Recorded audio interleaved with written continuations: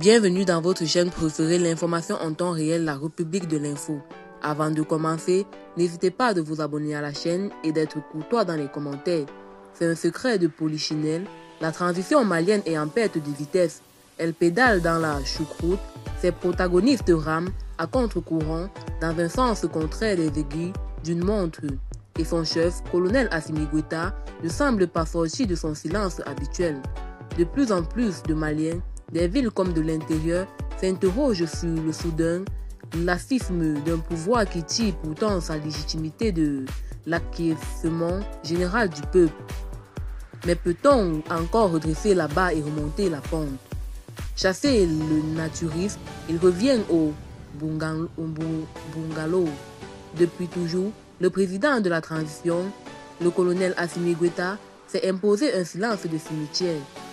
Une posture qui lui fit, bien en tant qu'officier des forces spéciales de la Grande Muette, mais force est de la reconnaître, cette posture ne s'accommode pas avec la gestion d'une transition politique aussi difficile que celle en cours du Mali. Certes, il n'est pas agréable ni souhaitable pour un chef d'État de réagir au cas de tous sur n'importe quelle question de la nation. Mais au regard de la situation exceptionnelle, faite de désamour constatable des populations à l'égard de la conduite des affaires publiques, il lui revient de sortir de sa bulle, de son habituel silence, pour orienter et éclairer l'opinion sur sa vision des préoccupations de l'heure, se conformément à son serment de militaire et de président de la transition, et donc de divulguer par les canaux habituels les nouvelles mesures qui se proposent de prendre pour redonner confiance aux Maliens.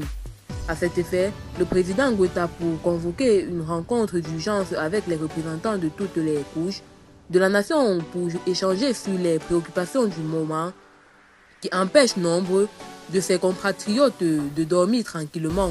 Car, il faut l'admettre, face à ces préoccupations, les autorités de transition n'apportent plus les réponses susceptibles de rassurer.